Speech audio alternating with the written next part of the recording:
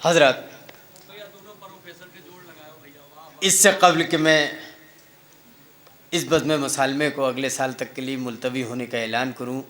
جیسا کہ میں نے اعلان کیا ہے کہ ہر سال اس مصالحے میں ہندوستان کی کسی ایک شخصیت کو ایک ایوارڈ سے نوازا جاتا ہے۔ خان بہادر نواب سید حامد حسین خان ایوارڈ سے نوازا جاتا ہے۔ اس سال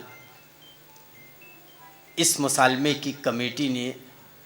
جس نام کا انتخاب کیا ہے، ان کے تعارف میں صرف یہ آپ کو بتا دوں کہ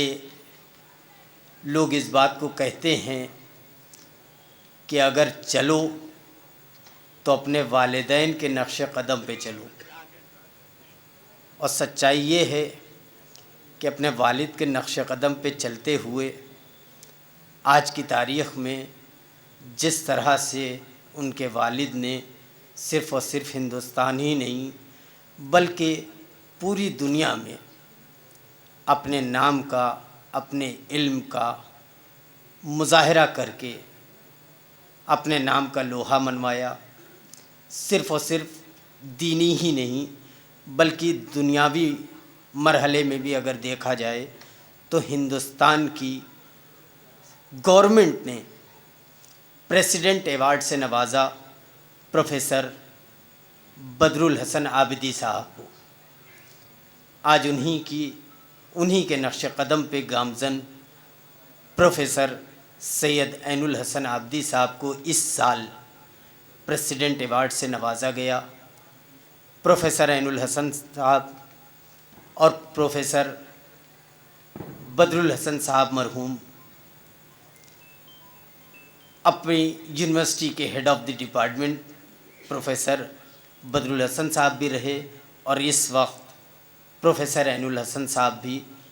جواہر لال یونیورسٹی میں ہیڈ آف دی ڈپارٹمنٹ بھی ہیں، اور اس سال ان کو پریسیڈنٹ ایوارڈ سے بھی نوازا گیا ہے۔ اور انہی وجوہات کی بنا پہ اس مصالحے کی کمیٹی نے اس سال اس ایوارڈ کے لیے پروفیسر سید عین الحسن عابدی صاحب کے نام کا انتخاب کیا ہے۔ میں اس ایوارڈ کو ان کے حوالے کرنے کے لیے سب سے پہلے تو مؤدبانہ التماس کروں گا سید علی حامد صاحب کی خدمت میں تشریف لائیں، اور سید معصوم رضا صاحب کی خدمت میں گزار ہوں کہ یہ تشریف لائیں، اور اس کے بعد اس پروگرام کی محترم اور مہذب شخصیت جن کو مہمان خصوصی اس مصالحے کا بنایا گیا تھا، میں ان سے مؤدبانہ التماس کر رہا ہوں، محترم جناب ایس ایم حسنین صاحب D I G C R P F Lucknow, اور جناب ظفر عباس نقوی صاحب chief secretary officer Raj Bhavan Lucknow. میں دونوں شخصیتوں سے گزار ہوں کہ تشریف لائیں اور پروفیسر عین الحسن صاحب کو اس ایوارڈ سے نوازیں۔ آپ حضرات بآواز بلند نعرے صلوات بھیج دیں، اور مولانا محترم جناب ارشد جعفری صاحب کی خدمت میں بھی گزار ہوں کہ تشریف لائیں۔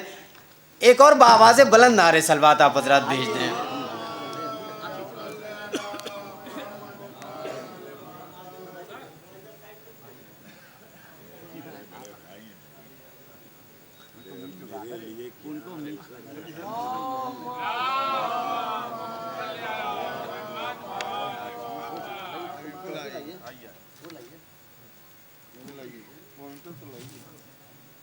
آپ بھی آ جائیے۔ ہاں ٹھیک۔